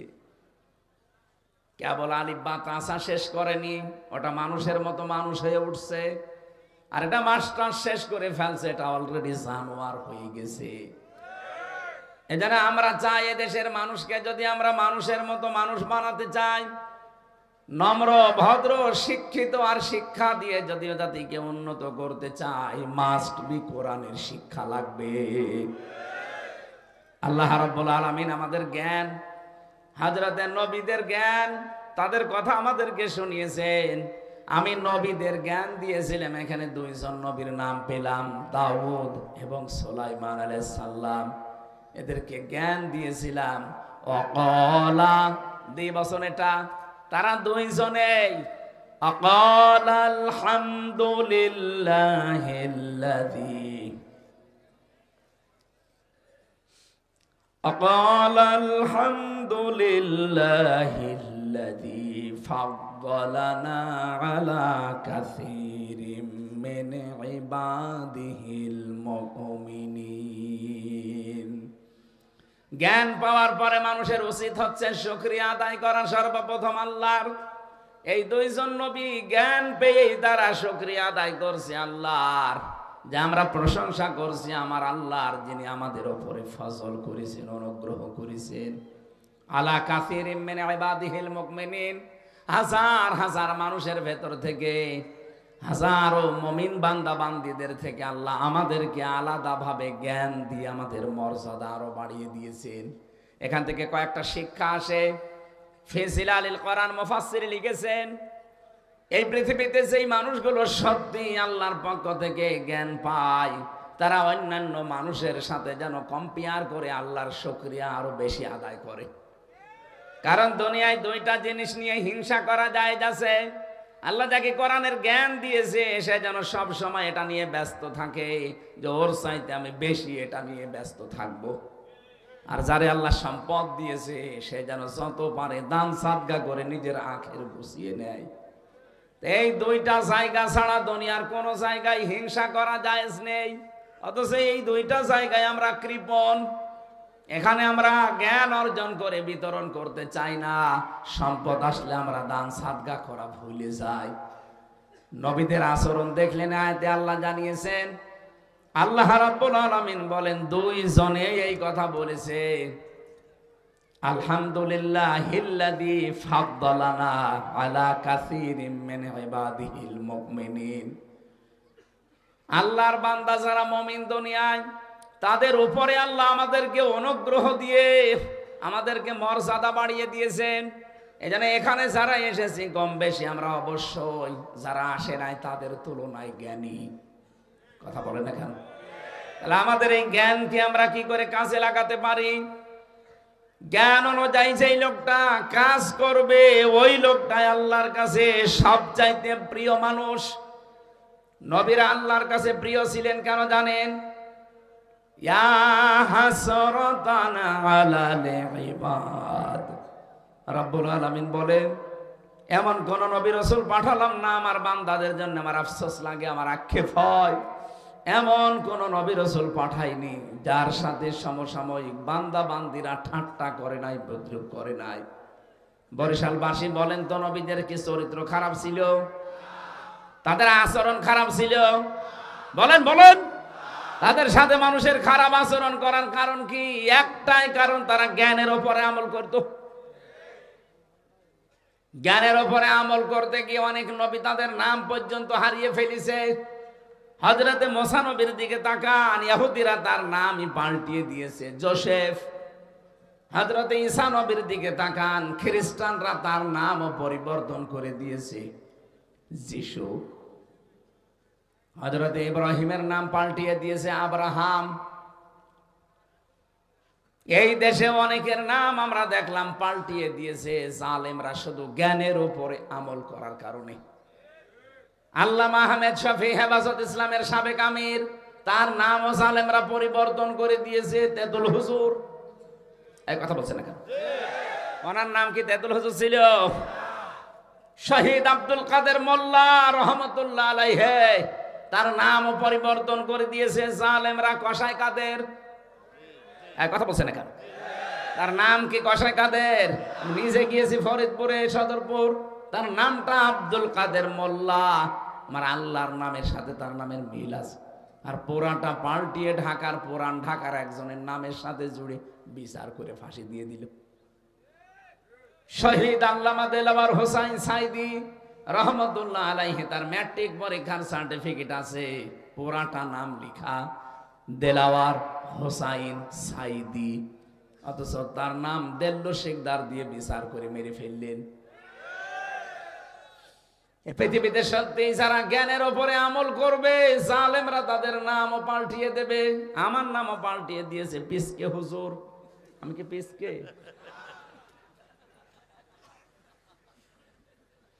না, আমি হাসির জন্য বলি না, এইটাই বাস্তবতা চলছে। রব্বুল আলামিন বলেন, আমার নবীদেরকে জ্ঞান দেওয়ার পরে নবীরা এই অনুগ্রহ এটা আল্লাহর পক্ষ থেকে, এই জন্য তারা নিয়ামতের শুকরিয়া আদায় করত। কি করে করেছে জানো? ওয়ারিসা সুলাইমান ও দাউদ, সুলাইমান হয়েছিল দাউদের উত্তরাধিকারী। ওয়াকালা ইয়া আইয়ুহান নাসু উল্লিমনা মানতিকাত তায়রি ওয়া উতিনা মিন কুল্লি শাই ইন্না হাযা লাহুয়াল ফাদলুল মুবিন। এদিকে তাকান, খুব শিক্ষা এখানে আছে। হযরতে সুলাইমান নবী দাউদ আলাইহিস সালামের উত্তরাধিকারী, তার সন্তান। সুলাইমান নবী বললেন, হে পৃথিবীর মানব মণ্ডলী, এদিকে তাকান। তিনি মানুষকে ডাক দিয়েছেন, ইয়া আইয়ুহান নাস, হে পৃথিবীর মানুষেরা, উল্লিমনা, আমাকে শিক্ষা দেওয়া হয়েছে, মানতিকাত তায়রি, পাখির ভাষা, ওয়া উতিনা মিন কুল্লি শাই, এই পৃথিবীতে যত কিছু নিয়ামত আল্লাহ দিয়েছেন সব নিয়ামত আল্লাহ আমাকে দিয়েছেন। আর আমরা তাফসিরে পড়েছি ইবনে কাসিরে, এই পৃথিবীতে যত নিয়ামত আছে তার ভেতরে সবচাইতে উত্তম নিয়ামতের নাম জ্ঞান। এখানে 27টা নাম আছে। 1 নম্বরে জ্ঞানের নাম পেয়েছি, 2 নম্বরে আমি নাম পেয়েছি রাষ্ট্র ক্ষমতা। হযরত সুলাইমান রাষ্ট্র ক্ষমতায় ছিলেন না? কথা বলেন না কেন? মিন কুল্লি শাই, যত নিয়ামত আল্লাহ আমাকে দিয়েছেন তার ভেতরে 27টা একটা একটা করে তাফসিরে আছে। 1 নম্বরে আল্লাহ আমাকে জ্ঞান দিয়েছেন, 2 নম্বরে আমাকে আল্লাহ রাষ্ট্র ক্ষমতা দিয়েছেন। আজ কত মানুষ উল্টাপাল্টা কথা আমাদের নামে ছড়ায়। আমরা যদি মসজিদ, মাদ্রাসা, খানকা, মাহফিল এগুলো থেকে বের হয়ে একটু পরিবার, সমাজ, রাষ্ট্রের দায়িত্ব নিতে চাই, কিছু মানুষ বলে এগুলো ধর্ম ব্যবসায়ী, বলে এরা ধর্ম ভীরু না, এরা ধর্ম ব্যবসায়ী। এ কথা যদি কেউ বুঝে শুনে বলে সে বেঈমান হয়ে গেছে। কারণ আপনি কথা বললেন কাকে? আলেমদেরকে বললেন। এ আলেমরা তো আলেম না, এরা নবীর ওয়ারিস। এ কথা সরাসরি যে লাগবে নবীর গায়ে। কথা বলেন না কেন? আপনি দেখেন কতগুলো নবী দুনিয়া চালিয়েছে। তামাম পৃথিবী যারা চালিয়েছে তাদের ভেতরে 2 জন ছিল আল্লাহ বলা, একজন সুলাইমান নবী আর একজন যুলকারনাইন। নবী হয়ে যদি দুনিয়া চালাতে পারে, এ পৃথিবীর ময়দানটা আজ আমরা সত্যি নেই। আল্লাহ আমাদেরকে যেখানে পাঠিয়েছিলেন ওখান থেকে আমরা অনেক দূরে আছি। সূরা বাকারার 30 নম্বর আয়াতটা একটু বাড়ি যে মিলাবেন। ওয়াইদ ক্বালা রাব্বুকা লিল মালাইকাতি ইন্নী জাইলুম ফিল আরদি খলিফা। স্মরণ করো ওই সময়ের কথা যখন আমি ফেরেশতাদেরকে বলেছিলাম, ইন্নী, অবশ্যই আমি, জাইলুম ফিল আরদি খলিফা, জমিনে আমি খলিফা পাঠাবো। কোন জায়গায়? এই জবান খোলেন, কোন জায়গায়? আরো জোরে বলেন, কোথায়? আল্লাহ কি বলতে পারতেন না ইন্নী জাইলুম ফিল খানকা খলিফা, যে আমি খানকায় খলিফা পাঠাবো? আজ বাংলাদেশের কত খানকা থেকে খলিফা বের হয়। কি কথা বলেন না কেন? এদেশের যারা খলিফা দাবি করে দেখেন সব খানকার খলিফা। আল্লাহ কি কোরআনে কোন জায়গায় দিয়েছে আমি খানকায় খলিফা পাঠাবো? আর আপনি খানকার খলিফা হয়ে কেউ 1 নাম্বার, কেউ 2 নাম্বার, কেউ 3 নাম্বার, কেউ 4 নাম্বার খলিফা হয়েও বগল বাজাচ্ছে যে আমি অমক খানকার খলিফা। আরে বেটা, তোরে কি আল্লাহ খানকায় খলিফা পাঠিয়েছে? আল্লাহ তাআলা বলতেন ইন্নী জাইলুম ফিল মাসাজিদি খলিফা, আমি মসজিদে খলিফা পাঠাবো। ইন্নী জাইলুম ফিল মাদারিসি খলিফা, আমি মাদ্রাসায় খলিফা পাঠাবো। তাহলে মসজিদ, মাদ্রাসা, খানকা এগুলো নিয়ে আপনি পড়ে থাকলে আপনার দায়িত্ব শেষ হয়ে যেত। আল্লাহ একটারও নাম দেয়নি, আল্লাহ দিয়েছেন ফিল আরদি। কোথায়? জমিনে। বলেন বলেন। বাংলাদেশের দিকে তাকিয়ে আমার এই আয়াতটা পড়ে আফসোস হয় আর হাসি লাগে। কি গো, খলিফা আল্লাহ পাঠালেন কোথায় আর আমরা কারে খলিফা বলি? আমাদের কুষ্টিয়ায় যারা জামা কাপড় সেলাই করে ওদেরকে খলিফা বলে, বলে না? যারা জুতা সেলাই করে ওদেরকেও খলিফা বলে, যারা চুল কাটে ওদেরকেও খলিফা বলে। কোথায় লাগিয়েছেন শব্দগুলো? কেউ নাপিত, কেউ দর্জি, কেউ মুসি, আর ওইটা এখন লাগিয়েছে খলিফা। খলিফা যেখানে থাকার কথা ওই জায়গায় নেই। আল্লাহর এই খলিফাগুলো জমিনে নেই, ওরা কেউ খানকায়, কেউ মাদ্রাসায়, কেউ মসজিদে, কেউ মক্তবে। আর জমিন ফাঁকা পেয়েছে, জালেমরা 180 মাইল বেগে চালাচ্ছে। এই জন্য জালেমরা চায় না আমরা জমিনে আসি, কারণ ওরা জানে যে এখানে আসলে তো আমাদের সব বন্ধ হয়ে যাবে। মাওলানা মিজানুর রহমান আজহার এটা ইঙ্গিত দিয়েছে যে এক জালেম গেছে, আর এক জালেম যেন এদেশে আর ফিরে না আসে। অনেকে বলছে আমারে বলিস, আরে ভাই আপনার নাম বলিস, আপনি কোন কারণে নিজের গায়ে নিয়ে নেবেন? ভয় দেখা যে কোরআনের আইন যদি কায়েম হয় তাহলে কিন্তু হাত কেটে ফেলবে। আরে ভাই আপনি যদি চুরি না করেন আপনার তো হাত কাটবে না, তার মানে আপনার চুরি করার অভ্যাস ছিল, আবার ওইটা চালু করবেন। এই জন্য আপনি মানুষকে উল্টা পাল্টা বোঝান যে চুরি করার আইন খুব কঠিন, হাত কেটে দেবে। চাঁদাবাজি করার আইন খুব কঠিন, পা কেটে দেবে বিপরীত দিক থেকে। চাঁদাবাজের আইন এইটা না? যারা চাঁদাবাজি করে, যারা ডাকাতি করে, ছিনতাই করে, যদি ধরা পড়ে ওদের এক হাত আর এক পা কেটে দেওয়ার নিয়ম। ওরা মানুষকে এখন ভয় দেখাচ্ছে, যদি কোরআন এই দেশে এসে যায় হাত কিন্তু থাকবে না, পা থাকবে না, তার মানে ওর ওই স্বভাব আছে। আল্লাহ বলেন আমি জমিনে খলিফা পাঠালাম, আমরা কেউ জমিনে নেই। জমিন দেখলে আমাদের ভয় লাগে, আর জমিন ফাঁকা পেয়েছে, জালেমরা 180 মাইল বেগে চালাচ্ছে। এই জমিন ফাঁকা রাখতে দেবেন? জমিনে আসেন, কারণ আল্লাহর ইচ্ছা কি ছিল আল্লাহ কিন্তু প্রথমে বলেন নাই, ক্বালা ইন্নী আ'লামু মা লা তা'লামুন। ও ফেরেশতারা আমি যা জানি তোমরা কিন্তু জানো না। কি জানেন আল্লাহ? ওটা এখনো বলেননি, ওটা পরবর্তীতে জানিয়েছেন যে আমার ইচ্ছা জমিনে আমি ন্যায় বিচার কায়েম করতে চাই। আল্লাহর ইচ্ছা যে এইটা, আমি এর আগে কোন জায়গায় এসেছিলাম পাশে, ওই জায়গায় আমি ইয়দিলু হুয়া আকরাবু লিত-তাকওয়া আয়াতের ব্যাখ্যায় হালকা টাচ দিয়েছিলাম যে আপনি আল্লাহওয়ালা হতে চান, নেককার হতে চান, পরহেজগার দাবি করেন, তাকওয়াবান মনে করেন আমি তাকওয়া অর্জন করে ফেলেছি। আরে তাকওয়া তো ওইটা যে লোকটা ন্যায় বিচার কায়েম করতে পারে। তা আপনি জীবনের কোন জায়গায় ন্যায় বিচার কায়েম করেছেন বলেন? আপনার ব্যক্তিগত জীবনে ন্যায় বিচার আছে? পরিবারে আছে, সমাজে আছে, রাষ্ট্রে আছে, আদালতে আছে? নেই, কোথাও নেই। আপনার কিসের তাকওয়া? ইউদিলু, ন্যায় বিচার কায়েম করো, হুয়া আকরাবু লিত-তাকওয়া, এইটা তাকওয়ার নিকটবর্তী পন্থা। আত্তাকুল্লাহ, আমি আল্লাহকে ভয় করো। ইন্নাল্লাহা খাবীরুম বিমা তা'মালুন, তোমরা যা করো সব জানেন কে? আমি যেটা বোঝাতে চেয়েছি আয়াত দিয়ে আমি ইঙ্গিত দিলাম, বুঝেছেন হয়তো।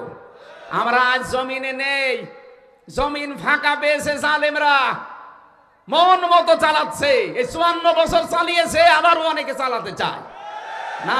আর জমিন মন মতো চালাতে দেওয়া হবে না। এ জমিন এখন থেকে চলবে, শাহাদতের রক্ত যেখানে পড়েছে শহীদদের মন মতো চলবে। কথা বলেন।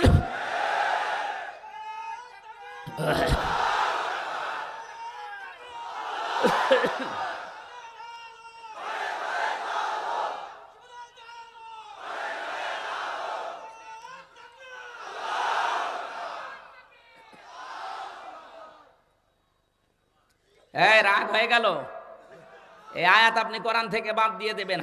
যারা তাফসীর পড়তে পারে নিয়ে আসেন। ওতিনা মিন কুল্লি শাই, আমাকে আল্লাহ অনেক নিয়ামত দিয়েছেন।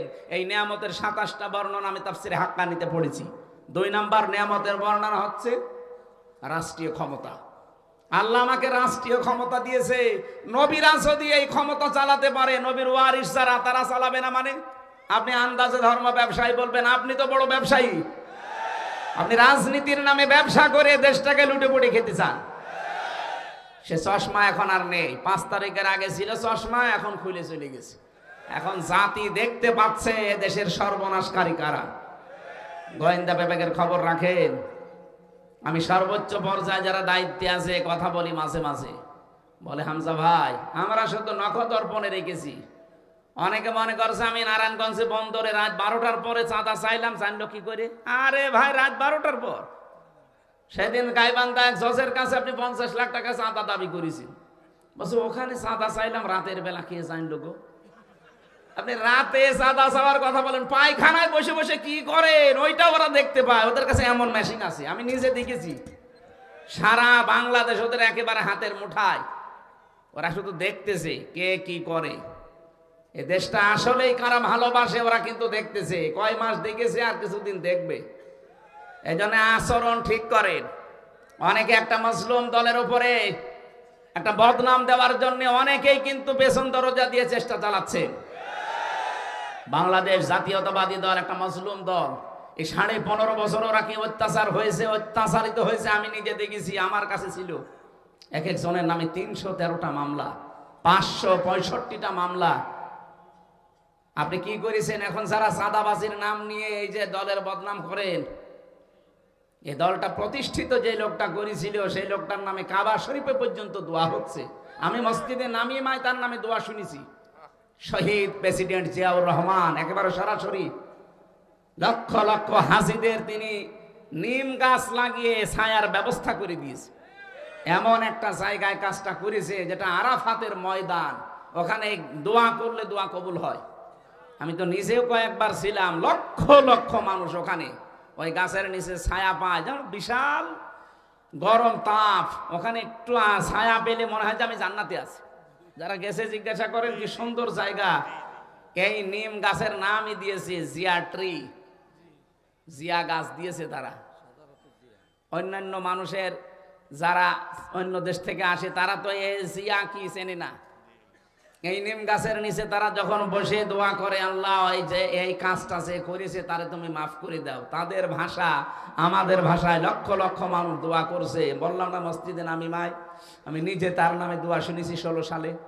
ইমাম সাহেব তার নাম ধরে দোয়া করছে যে আরাফাতের ময়দানে, মানে বাংলা অর্থ এইটা, আরাফাতের ময়দানে এই ছায়ার ব্যবস্থা তোমার যে বান্দা করে দিয়েছে, আল্লাহ তুমি তাকে জান্নাতের ছায়া দিও।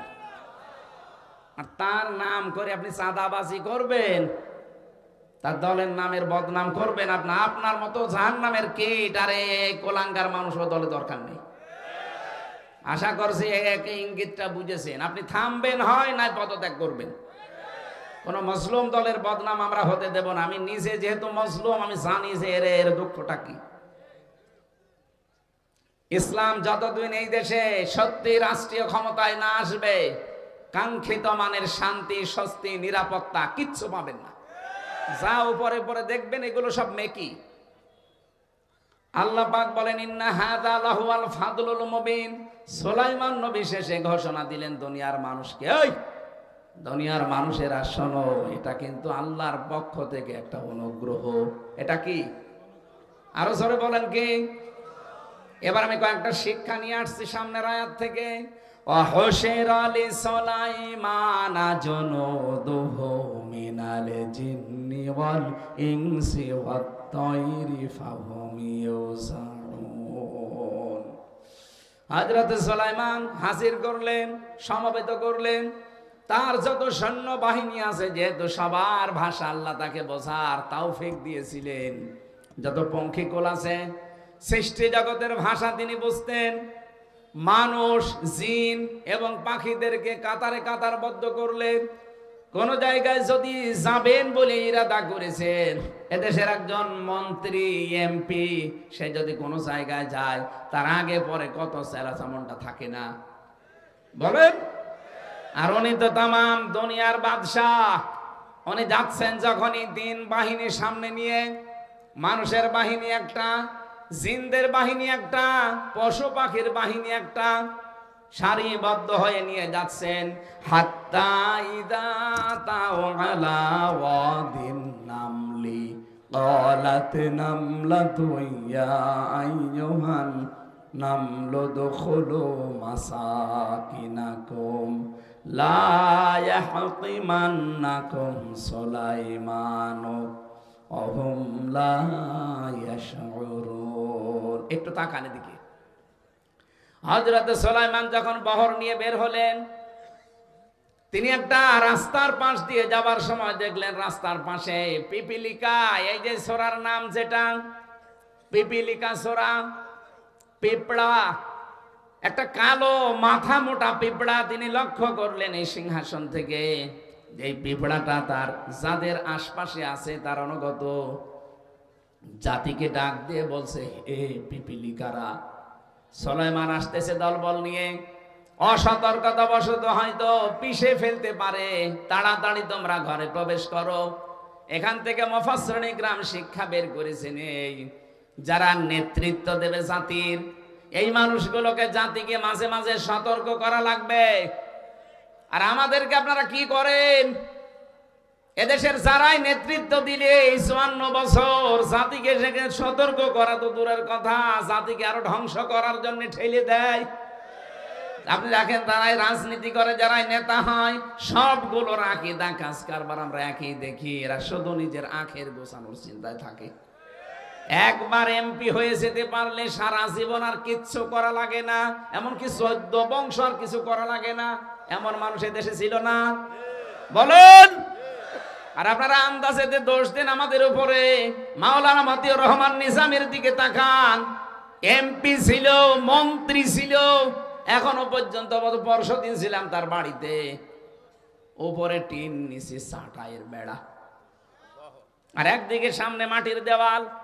বাংলাদেশে একটা মন্ত্রী এখন দেখান তো এই 15.5 বছর যারা মন্ত্রী ছিল, যে তার বাড়ি দেওয়াল মাটির, উপরে টিন দেখান। 5.5 বছরের ভেতরে 4 আনার দুর্নীতি খুঁজে পাওয়া যায়নি। আপনি আল্লাহর ওলি খোঁজার জন্য চলে যাচ্ছেন সেই চট্টগ্রামে। কিসের আল্লাহর ওলি? আল্লাহর ওলি তো এইটা যার কাছে কোটি কোটি টাকার পরও 4 আনা পয়সা দিকে হয় না। আল্লাহর ওলি খুঁজতে যায়নি। অর্থনীতির দিক থেকে সবচাইতে বড় ওলি আমরা প্রমাণ পেয়ে গেছি, যাদের হাতে এত কোটি টাকা থাকার পরও এদিকে ওদিকে হয় না। এদের কাছে দেশ দিলেও এদিকে ওদিকে হবে না। আর আমরা যাদেরকে দিয়েছিলাম, এমন মানুষ এক একজনের 620টা বাড়ি। আর আল্লাহর ওলি যাওয়ার সময় কি করেছে দেখেছেন?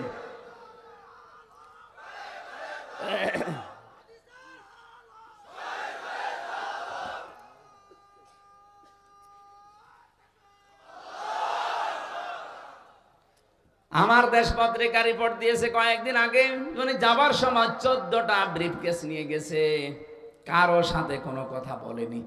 পাইলটকে বলছে ব্রিফকেস গুলো উঠেছে, বলে হ্যাঁ ম্যাডাম চলো। আপনার ব্রিফকেসের এত দরকার? আবার সারা জীবন মানুষকে মিথ্যা কথা বলতো যে আমার কিচ্ছু দরকার নেই, আমি নিজের জন্য কিছু করি নাই। তে ব্রিফকেসের ভেতরে কি ছাই ছিল, মাটি ছিল? ভণ্ডামি করার জায়গা পান না। ও জানে যে যা নিয়ে আসলাম কিয়ামত পর্যন্ত যদি হায়াত পাই, কিয়ামত পর্যন্ত থাকবো স্বামীর কাছে, যাওয়া লাগবে না ও দেশে আমার। এই চিন্তা ভাবনা করে ব্রিফকেস গুলো নিয়ে গেছে। আর তার জন্য এত মায়া কান্না আপনার, এমনকি কাওয়া কাকু কেউ বলে যায়নি, বলে গেছে। আমারে তো অন্তত কল দিতে পারতো যে হামজা 3 বছর জেল খাটালাম, মাফ করে দিও, চলে গেলাম। কিছুই বলে না শয়তান।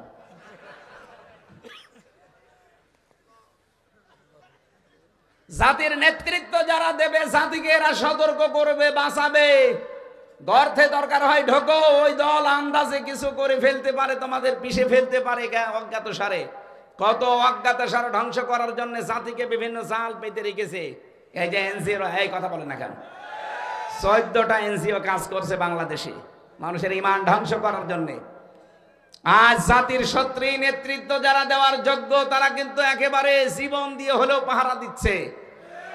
ইসলামী শিক্ষা বাস্তবায়নের জন্য শহীদ আব্দুল মালিক জীবন দিয়ে গেছে, তারপরও মাথা নত করে নাই।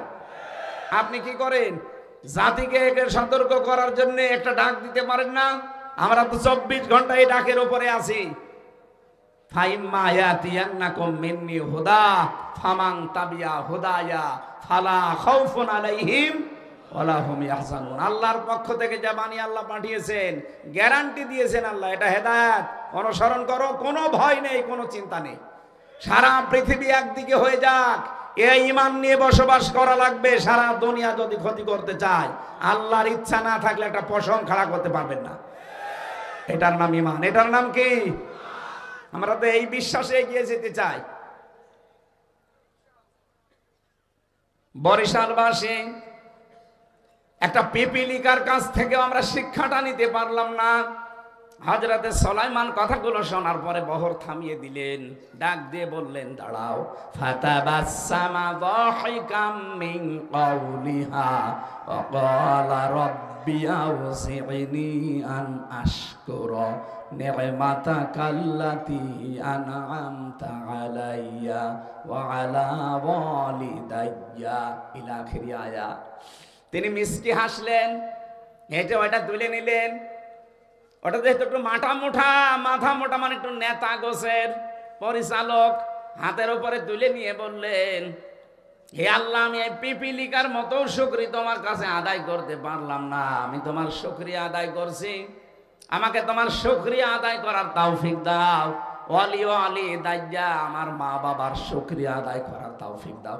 এখানে আলেমদেরকে আবার বলছি, পড়া কোরআন শরীফের ভেতরে তিনটা কথার সাথে তিনটা কথা আল্লাহ জুড়ে দিয়েছেন, একটা না মানলে আরেকটার কোনো গুরুত্ব নেই। যেখানেই দেখবেন শুকরিয়া আদায় করার কথা, সেখানে আনিস করলি ওয়ালি দাইকাস, আল্লাহর শুকরিয়া আদায় করবার সঙ্গে সঙ্গে মা বাবার কথা আছে। কে যদি আল্লাহর শুকরিয়া আদায় করে কিন্তু মা বাবার শুকরিয়া আদায় না করে, ও যেন আল্লাহকেও মানে না।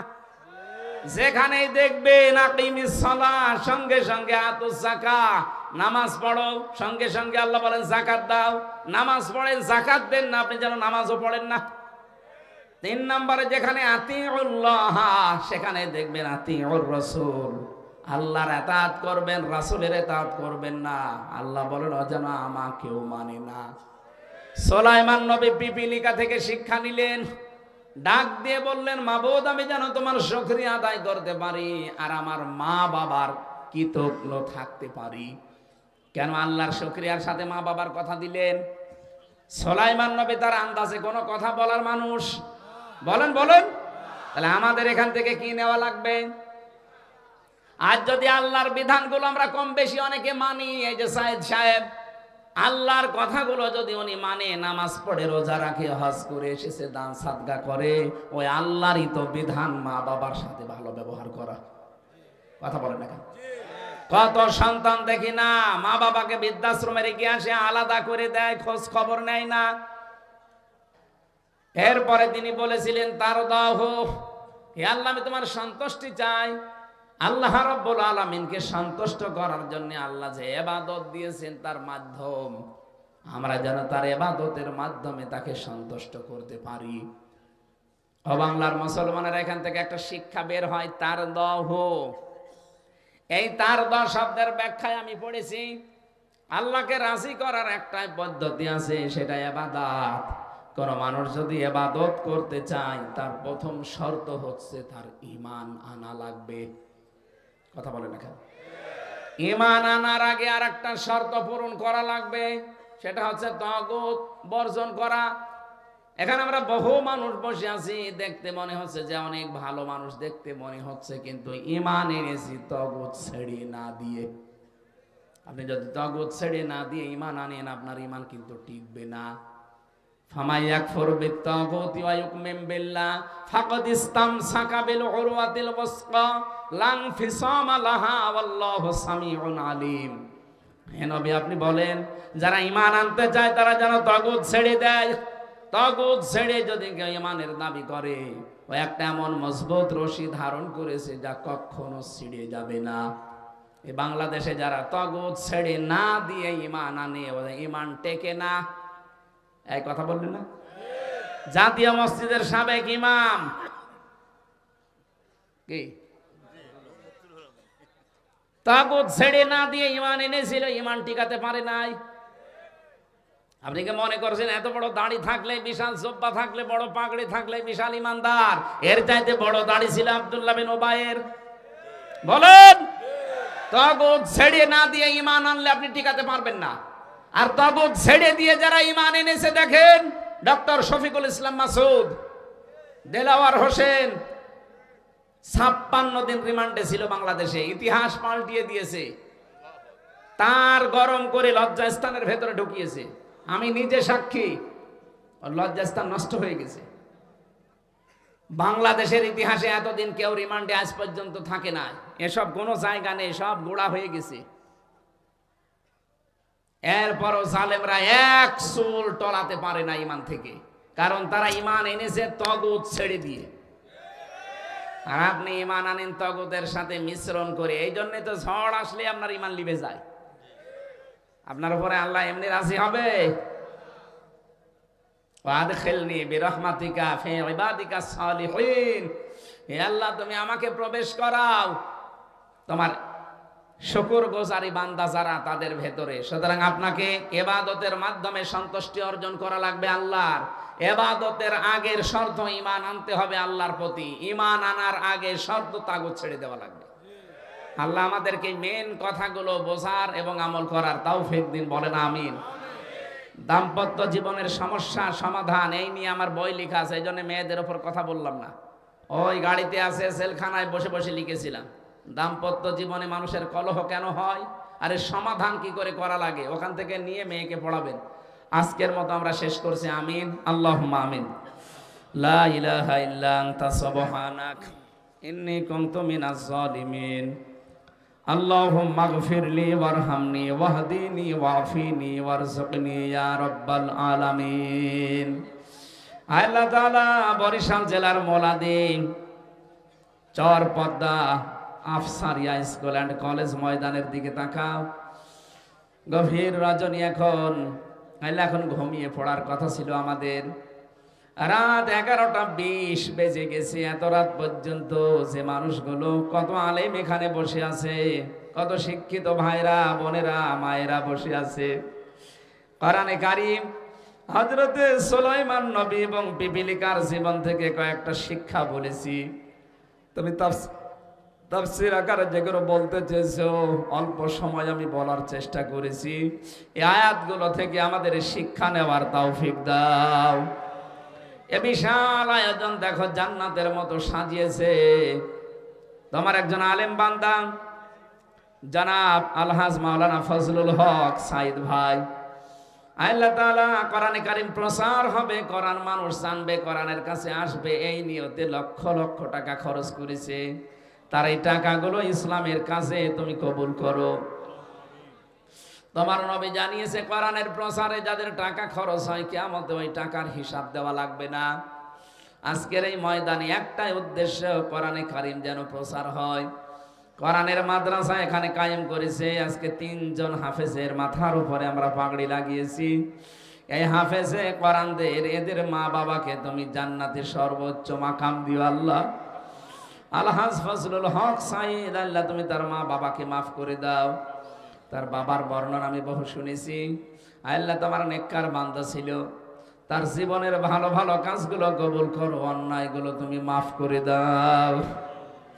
রব্বুল আলামিন তার মাকেও তুমি ক্ষমা করে দাও। তার ভাই ভাগ্যর সন্তান আদি স্ত্রী যাদেরকে তুমি দিয়েছো, রব্বানা হাবলানা মিন আজওয়াজিনা ওয়া যুররিয়াতিনা কুররাতা আ'য়ুনিন ওয়াজআলনা লিল মুত্তাকিনা ইমামা। আল্লাহ যত আলেম এখানে কথা বলেছে, বিশেষ করে মাওলানা আব্দুল বাতেন, মাওলানা হোসাইন মাহফুজ, আল্লাহ আদ্দিন হাসপাতালের সম্মানিত ইমাম হাফেজ মাওলানা সাইদুল ইসলাম সহ যত আলেম এখানে কথা বলেছে, আলেমদের কথাগুলো মেনে চলার তৌফিক দাও। মাইনুর রহমান সোহাগ ভাই এখানে এসেছে, আল্লাহ তুমি তার জীবনটাও কবুল করো। আমাদের প্রধান অতিথি অ্যাডভোকেট জয়নুল আবেদিন, তার আইনের সেবার মাধ্যমে যত মানুষ উপকার পেয়েছে, আল্লাহ তুমি তাকে দান করো। যদি কোনো মানুষ অবিচারের সম্মুখীন হয়, আল্লাহ তুমি তাকে মাফ করে দাও। মা বোনদেরকে খাদিজার মতো আয়েশার মতো বানাও। এলাকায় মাটির নিচে যত মানুষ ঘুমিয়ে আছে, কোরআনের ইজ্জতে মাফ করে দাও। আগামীতে অনুষ্ঠানটা কোরআনের প্রসারের জন্য আরো বিশাল আকারে কবুল করো। খলাফতের দায়িত্ব দিয়ে আমাদেরকে পাঠিয়েছো, শুকরিয়া আদায় করার জন্য আমাদের আদেশ দিয়েছো। আল্লাহ তাআলা তোমার সন্তুষ্টি নিয়ে পৃথিবী থেকে বিদায় নেওয়ার কথা জানিয়েছো। যতগুলো কথা শুনেছি আমাদের প্রত্যেকের জীবনে বাস্তবায়ন করে দাও। আমি নিজে অসুস্থ, আমার কণ্ঠটা তুমি আল্লাহ মেহেরবানি করে ফিরিয়ে দাও। জালেমদের জেলখানায় 3টা বছর আমার কণ্ঠটাও হারিয়ে গেছে, আমার শরীরটাও ভেঙে পড়েছে। আমি তোমার কাছে ভিক্ষা চাই, আগের মতো আমার শরীর আর কণ্ঠ তুমি ফিরিয়ে দাও। কোরআনের কথাগুলো সহজ সরল ভাষায় বলার মতো যোগ্যতা আমাকে দান করো। বারাকাল্লাহু লানা ওয়া লাকুম ফিল কোরআনিল আযীম মরণ আসলেই যেন বলতে পারি লা ইলাহা ইল্লাল্লাহু মুহাম্মাদুর রাসূলুল্লাহ।